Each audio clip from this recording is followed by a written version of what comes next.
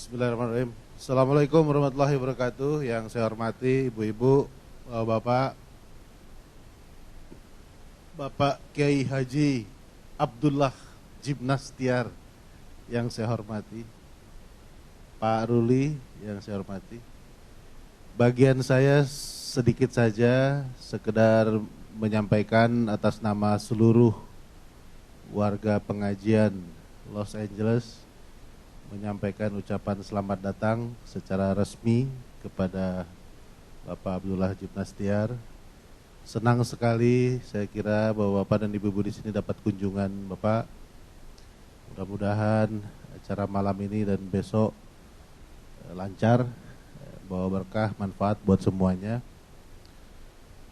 Satu hal yang ingin saya sampaikan juga kepada Pak Kiai, seperti mungkin sudah disampaikan teman-teman tadi pagi, ini di Los Angeles dan sekitarnya ini ada sekitar 50.000 orang Indonesia. Ada yang sudah punya anak di sini, ada yang sudah punya cucu di sini, ada yang sudah punya cucu kan ya? Jadi sekitar 50.000. Saya sudah punya statistiknya itu. Ada 107 di California Selatan itu gereja Indonesia. 48 di wilayah LA County, tambah di Inland Empire dan sebagainya. Tapi jumlahnya di California Selatan 107. Wihara Buddha Indonesia ada 1 di daerah mana itu, dekat-dekat Ontario ya. Masjidnya belum ada. Ada 1 baru di San Bernardino. Jadi ini karena itu bahwa Bapak Ibu-ibu di sini, umat Muslim Indonesia ingin sekali punya masjid. Jadi ini satu hal yang saya kira perlu dititipkan juga kepada Pak Kiai untuk dikabarkan ke tanah air. Sekali lagi selamat datang, dan kepada Bapak Ibu selamat menikmati, menghayati apa yang akan disampaikan Pak Kiai ini. Terima kasih. Wassalamualaikum warahmatullahi wabarakatuh. Bismillahirrahmanirrahim. Assalamualaikum warahmatullahi wabarakatuh. Alhamdulillahi rabbil alamin. Segala puja dan puji hanya milik Allah yang menciptakan kita, yang mengurus kita siang dan malam, yang memberikan segala macam nikmat, baik yang kita tahu maupun tidak tahu. Mudah-mudahan pertemuan ini membuat kita semua menjadi ahli syukur.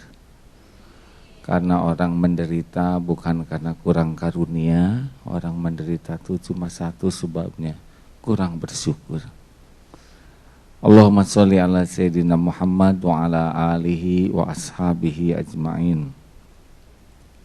Bapak Ibu yang baik, terima kasih ini saya sudah diberi kesempatan hadir di Lenteng Agung ini. Hari ini saya membayangkan pergi ke Amerika tuh banyak yang tidak cocok. Katanya visa ke Amerika susah. Ternyata waktu ke sana mudah.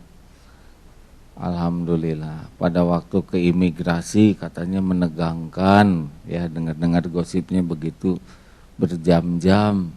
Malah saya tidak ditanya sama sekali, ya. Hanya disuruh cap jari saja, yang ditanya sahabat saya yang bahasa Inggrisnya lebih lancar. Tidak ada yang tidak diatur Allah. Kemudian yang saya bayangkan ke sini ketemu dengan bule-bule begitu ya. Ternyata Pak Dadang, Mang Jajang yang ada di Cicahem, Mang Umar, ya aduh. Saya belum ketemu yang bulenya, hadirin. Baik Ibu Bapak yang budiman, kalau saya lihat dari depan ini wajahnya ada kemiripan dengan beberapa negara lain, yaitu wajah-wajah banyak masalah. Ya. Biasanya saya kalau memulai ceramah, terutama kalau berseri, diawali dari, sudah siap Bu? bahwa kita ini sering sengsara itu sebetulnya bukan karena masalah yang ada. Kita itu sengsara itu karena salah menyikapi masalah. Benar? Seperti orang ujian di sekolah, itu kan orang yang tidak lulus itu bukan karena soal. Orang tidak lulus karena salah jawabannya. Beda, Bu. Coba yang bahaya soalnya atau salah jawabannya. Nah, kebanyakan kita itu menderita karena sibuk memikirkan soal, bukan takut salah jawabannya. Banyak yang menangisi masalah, bukan menangisi kenapa saya salah menjawabnya. Jelas tidak hadirin? Kayaknya belum jelas nih wajahnya, wajah-wajah punya masalah baru, yaitu nggak ngerti ya, nggak apa-apa. Ulangi, ini penting loh Bu. Kalau formula ini kita sudah pas, kita jadi tahu. Sudah Ibu, jangan berantem ya, itu masalah baru. Jadi dalam hidup ini pasti ada masalah. Karena masalah itu bagian dari karunia. Seperti ujian itu adalah bagian dari karunia. Karena Bapak Ibu juga naik derajatnya gara-gara ujian, benar? Bahkan kita tidak mau anak kita tidak diuji. Semua ujian, saya lihat di sekolah kami Bu, kan ada di pesantren ada sekolah, itu ibu bapaknya sampai ngutang sana sini agar anaknya ikut diuji ujian. Ngutang loh Pak. Artinya ujian itu sesuatu yang memang baik. Dan bukan hanya ujian sekolah, ujian hidup juga baik. Yang jelek itu adalah salah menjawabnya. Halo? Jelas tidak Bu? Jadi kalau ibu menderita itu pasti bukan karena masalah.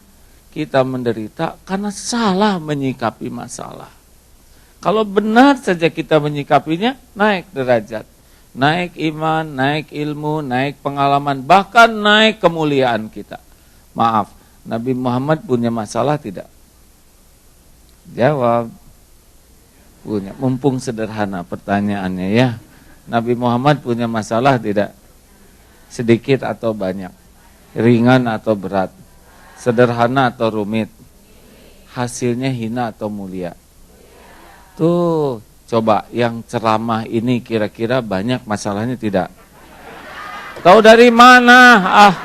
Ketemu juga baru. Ini nih, salah satu masalah Bapak Ibu tuh suka mikirin masalah orang lain. Ketahuan. Ternyata Los Angeles sama saja dengan Den Haag ya. Baik Ibu Bapak yang budiman. Halo. Teruskan. Tidak apa-apa kalau pertemuan ini disesuaikan judulnya dengan wajah Bapak Ibu sekalian. Judulnya Kiat Menghadapi Persoalan Hidup. Oh, langsung gembira, biasanya begitu. Ini serius Bu, kalau kita udah tahu rumus biasanya lebih enteng. Jadi kita kadang salah jawaban, itu saja ya. Jadi bukan masalah keluarga, bukan masalah kesehatan, bukan masalah finansial, tapi masalah kita adalah suka salah menyikapinya. Yang harusnya kita naik derajat jadi turun, yang harusnya bahagia jadi sengsara. Satu, resep pertama menghadapi hidup ini adalah siap menghadapi yang cocok dan siap menghadapi yang tidak cocok dengan keinginan. Boleh diulangi? Siap menghadapi yang cocok dan siap menghadapi yang tidak cocok. Mengapa? Karena hidup ini mustahil akan selalu cocok. Pasti ada yang tidak cocoknya. Benar? Karena kalau semuanya cocok, kacau. Contoh, Ibu ingin sehat, Bapak ingin sehat, sedunia ingin sehat. Kalau semua terkabul, apa yang terjadi? Dokter saling menyuntik satu sama lain. Rumah sakit pasti sepi, benar? Padahal salah satu industri terbesar di dunia adalah industri kesehatan. Oh, farmasi, apotek, fakultas itu rangkaiannya banyak, entah berapa miliar orang yang akan berhenti kalau tidak ada yang sakit. Ya. Jadi sakit itu bukan masalah, Bu. Yang jadi masalah salah menyikapi sakit atau salah menyikapi sehat. Di Indonesia justru yang jahil-jahil itu sehat. Nah, kalau yang jahil kurang ingatan itu sakit enggak bisa. Dan setiap yang ingin jadi presiden jadi pasti kacau, ya. Makanya kita harus siap kalau ada yang tidak cocok. Hal lainnya adalah yang tidak cocok menurut kita itu belum tentu jelek menurut Allah. Ada kalanya yang kita inginkan itu yang bahaya. Jadi kalau Allah memberikan yang tidak cocok, itu bukan berarti tidak sayang. Tapi boleh jadi itulah yang terbaik. Seperti sederhananya anak minta granat. Orang tua keji yang anak dikasih granat dan dicabutkan lagi pinnya. Boleh saya sebutkan dalil Qur'annya? Al-Baqarah ayat 216. A'udzubillahi minasyaitonirrajim. Wa asa an takrahu syai'aw wa huwa khairul lakum. Boleh jadi engkau tidak suka padahal baik menurut Allah bagimu. Wa asa an tuhibbu syai'aw wa huwa syarrul lakum. Boleh jadi engkau suka padahal itu yang buruk menurut Allah bagimu. Wallahu ya'lamu, Allah Maha tahu, wa antum la ta'lamun. Allah Maha tahu, kalian tidak tahu. Makanya jangan sok tahu. Nah, orang yang banyak menderita tuh sok tahu. Maaf ibu bapak, saya dibesarkan dengan banyak yang tidak cocok. Cita-cita masuk akabri karena bapak tentara, tapi tidak jadi. Karena kurang tinggi, dulu sakit hati, sekarang gembira sekali, tidak jadi TNI, malah jadi, nah begitulah ternyata gara-gara gagal ini teh Bu. Jadi ibu bapak yang baik, maaf kita doakan ya, di LP Sukamiskin itu isinya 460 lebih. Tipikor, tahanan tindak pidana korupsi. Rata-rata itu kejadian keinginannya Bu. Yang ingin jadi wali kota jadi masuk ke sana ya. Ingin jadi bupati jadi masuk ke sana. Ingin jadi ketua DPRD jadi masuk ke sana. Ternyata jadi itu kalau enggak hati-hati biang celaka. Makanya jangan sok tahu ya. Tugas kita itu cuma 3. Meluruskan niat, menyempurnakan ikhtiar, dan pasrahkan ke Allah dengan tawakal. Selesai. Enggak usah ngotot karena enggak tahu kita ini. Ya. Kalau ada pegawai negeri, kalau sedang musim mutasi, ya sudah enggak apa-apa. Niatnya lurus, ikhtiar yang benar, pasrahkan. Ya Allah terserah padamu. Hanya engkau yang tahu kapasitas saya. Naik jabatan tapi kapasitas enggak mumpuni kan biang fitnah, benar? Makanya saya sarankan bapak-bapak jangan mau jadi calon presiden. Tahu kenapa? Enggak akan ada yang milih, itu masalah. Bu, Pak, jangan ngotot sama dunia ini ya. Ngototnya cuma 3. Ngotot meluruskan niat, ngotot ikhtiarnya benar, dan ngotot pasrahkan ke Allah. Sama kalau ibu maaf punya anak dilamar, udah buat undangan, udah disebar, batal menikah, baik buruk? Baik Bu, daripada jadi nikah dicekik ya enggak? Tapi bagaimana anak saya udah siap nikah, tiba-tiba batal. Memangnya jadi nikah bakal kebaikan? Berapa banyak itu rumah tangga yang anaknya dianiaya, benar? Dan boleh jadi batal menikah itu doa ibu. Hah? Saya nggak ngedoakan jelek. Ibu doanya apa? Pasti minta yang terbaik kan buat anak. Nah ini yang ngelamar tuh nggak baik. Atau yang ngelamar ini kurang pas lah dengan doa ibu. Makanya jangan lebay ya. Kalau ada yang tidak cocok tuh ya udah terima aja. Setuju? Enak hadirin. Apes itu kalau salah menyikapi, Bu. Enggak. Oh, malu itu kalau sibuk dengan penilaian orang. Kalau sibuk dengan penilaian Allah enggak malu sama orang. Kayak mau berangkat haji, udah daftar, udah segala, tidak dapat kuota, enggak jadi, Bu. Yang malu itu yang sibuk dengan penilaian orang. Kalau yang kuat iman, ibu udah syukuran tapi enggak jadi. Inilah kebesaran Allah. Niat sudah, daftar sudah, syukuran sudah, ke airport sudah, sekarang tidak jadi berangkat, pasti ini yang terbaik bagi saya. Boleh jadi ada terjadi di rumah yang lebih baik saya ada di rumah. Punten Pak, pada waktu saya mau berangkat ke sini bikin visa itu, saya mah enggak pusing mau jadi enggak jadi terserah Allah. Kalau baik berangkat silahkan ya Allah, kalau enggak baik berangkat enggak usah keluar, beres ya. Jadi enggak deg-degan.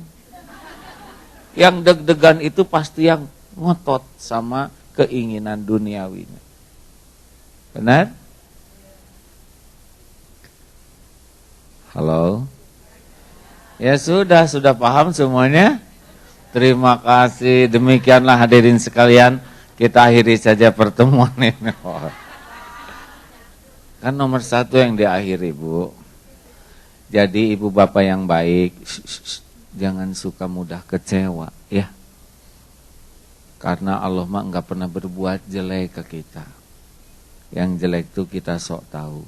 Ada yang digigit anjing. Coba digigit anjing baik buruk? Nah, bingung kan? Nyebut buruk takut salah. Nyebut baik takut terkabul digigit. Gini. Ada orang yang doa ini cerita ya. Ya Allah, saya belum punya jodoh, masih muda nih pemuda. Beri saya jodoh. Allah dengar tidak doanya? Jawab, Allah dengar tidak? Tapi doanya bahasa Indonesia. Sederhana doanya nggak apa-apa. Oh, Allah Maha baik. Ya, orang nggak pada doa aja dihidupin ya nggak. Lalu pas keluar rumah ada yang tertarik. Tanpa rasa malu ngedeketin dan langsung menerkam dan menggigit. Ya Allah, saya tuh minta jodoh kok yang datang anjing betina. Tapi dia tetap berbaik sangka, tidak ada kejadian kebetulan. Tidak ada takdir dari Allah yang buruk bagi orang yang beriman. Saya terima ya Allah ujian ini, bawa ke dokter. Harus bawa ke rumah sakit, akhirnya diobati dan lambat laun jadi tahu rahasia takdir. Tahu apa? Ternyata jodohnya perawat. Ya, jadi Allah kan tahu jodoh dia karena Allah yang menentukan. Nah ini bagian perawatan gigitan anjing. Supaya ketemu dengan takdirnya, SOP harus dipatuhi. Digigit dulu oleh anjing, dibawa ke dokter, bawa ke rumah sakit, ketemu jodoh. Begitu. Jadi jangan aneh kepada liku-liku takdir, benar? Lah kita aja bisa begini kan dengan liku-liku, betul tidak? Tapi banyak yang suka enggak sabar.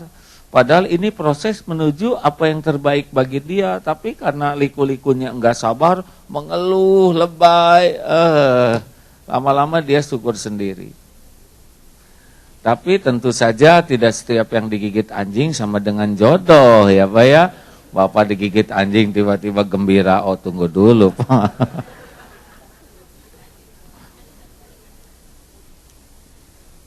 Teruskan. Jadi tugas kita ada berapa? 1, niat. Apapun yang kita lakukan harus lillahi ta'ala. Ya. 2, sempurnakan ikhtiar, nggak boleh setengah-setengah. Ingat Siti Hajar nyari air Sofa Marwah 7 kali naik turun gunung. Sempurna ikhtiar itu. Saya juga mau ke sini sempurnakan. Ada undangan, saya datang ke sana, ceritanya gitu. Saya siap dengan baik, ya. Tapi ya terserah Allah yang ketiga, ya. Saya milihnya bukan apa yang saya sukai, saya milih apa yang Allah sukai. Kalau baik silakan kejadian, kalau enggak jangan. Enak kan begitu? Sama kemarin anak mau nikah juga semua harus minta tolong ke Allah. Dek, kalau baik jadi jodoh, kalau enggak insya Allah masing-masing dapat yang terbaik. Jadi ya 2. Semuanya pada mikir. Cocok enggak nih materinya nih? Kalau enggak kita robah lagi nih. Yang kedua, kalau sudah terjadi harus ridho. Ulangi. Coba 2 apa? Kalau sudah terjadi harus ridho. Ada ridho, ada ikhlas, beda ya. Kalau ikhlas kita bersedekah harus ikhlas. Kita nolong orang harus ikhlas. Tapi menerima takdir itu harus ridho. Kalau ikhlas itu apa yang kita lakukan untuk Allah.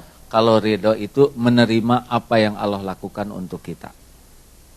Genteng jatuh kena jidat. Bagaimana? Iya. Enggak boleh mengatakan saya tidak terima.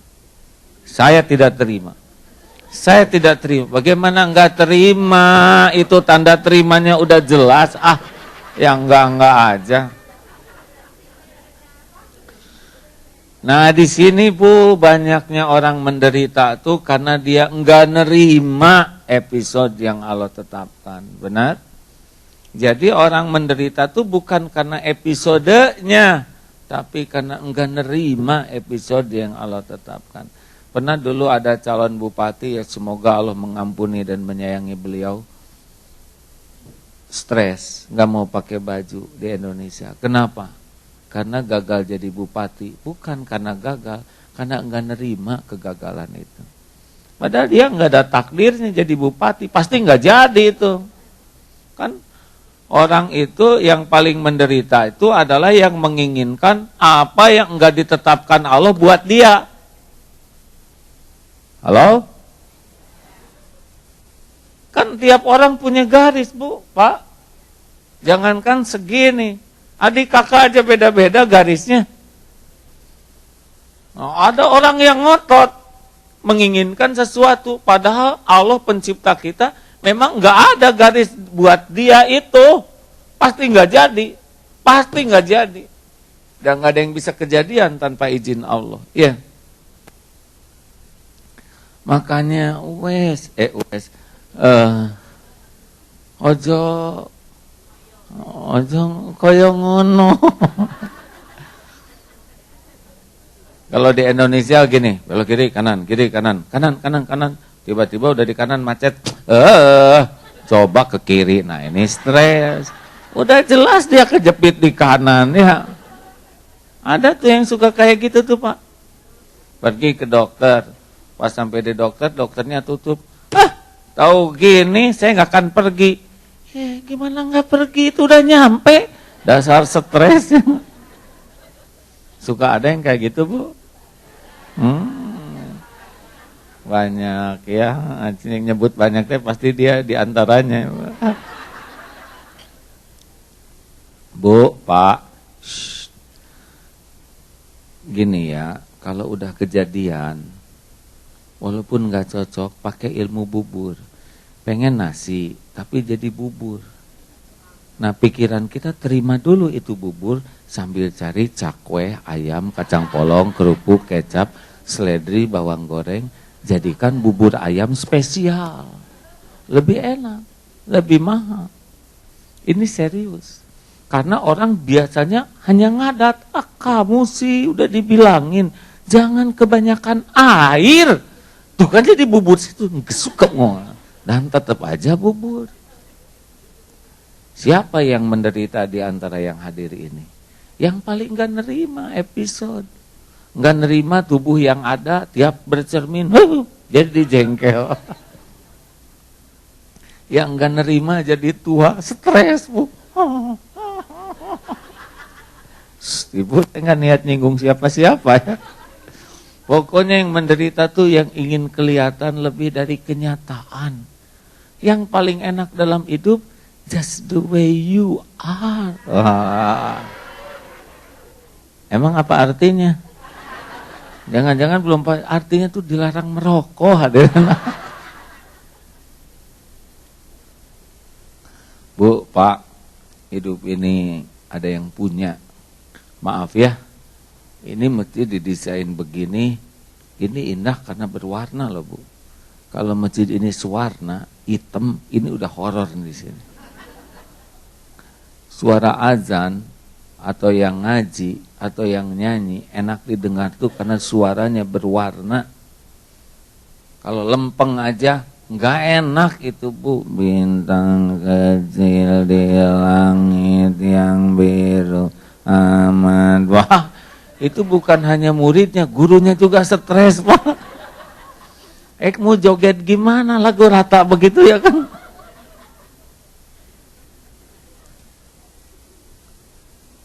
Mata indah melihat karena berwarna.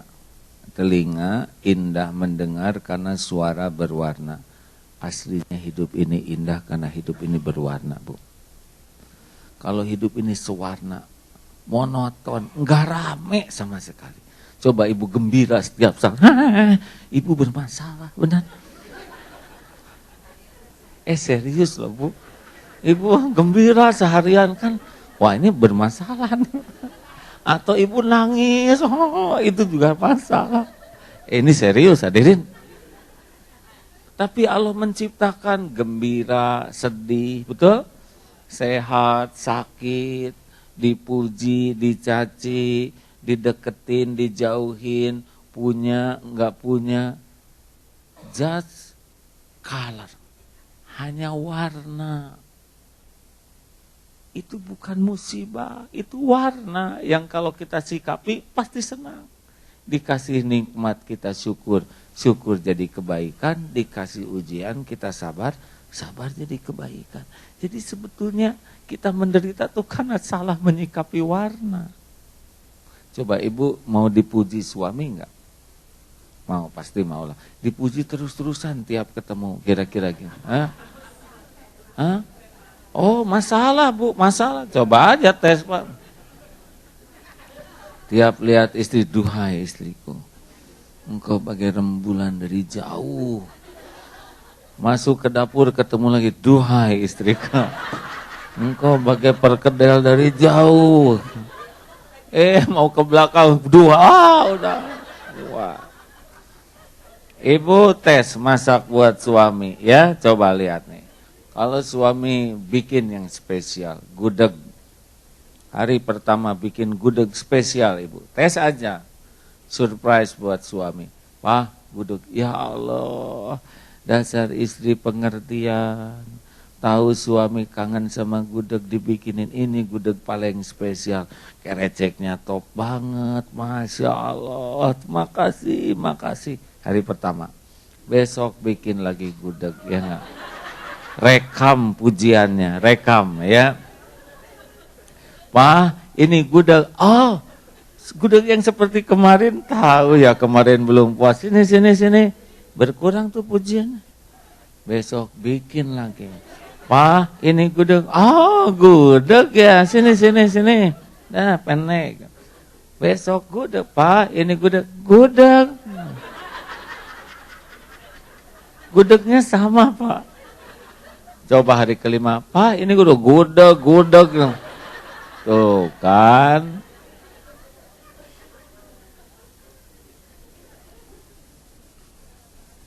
Jadi Allah tuh menciptakan kita tuh emang kayak gini ya. Monoton, kejadian demi kejadian itu membuat kita nggak punya keindahan hidup. Kita tuh bisa matang tuh justru dengan aneka warna itu. Kadang kita perlu dicaci orang untuk bisa mematangkan kearifan kita, betul? Kadang harus sakit Dalam sakit kita menemukan bagaimana perhatian orang ke kita. Dalam sakit kita tahu mahalnya sehat, betul? Dalam sakit kita tahu bagaimana ya kita dapat ilmu baru lewat dokter. Wow, banyak sekali kehebatan. Dan sakit itu, ada sakit yang bisa menggugurkan dosa, yang dosa itu nggak bisa gugur oleh ibadah kita, tapi gugurnya oleh sakit. Jadi jangan buruk sangkalah kalau ada yang nggak enak. Saya udah ditakdirkan Allah dipuji rame-rame se-Indonesia udah gitu dicaci maki se-Indonesia udah. Ya. Saya tidak bisa membayangkan Bu bagaimana hancurnya tauhid saya kalau saya terus-menerus dipuji orang Bu.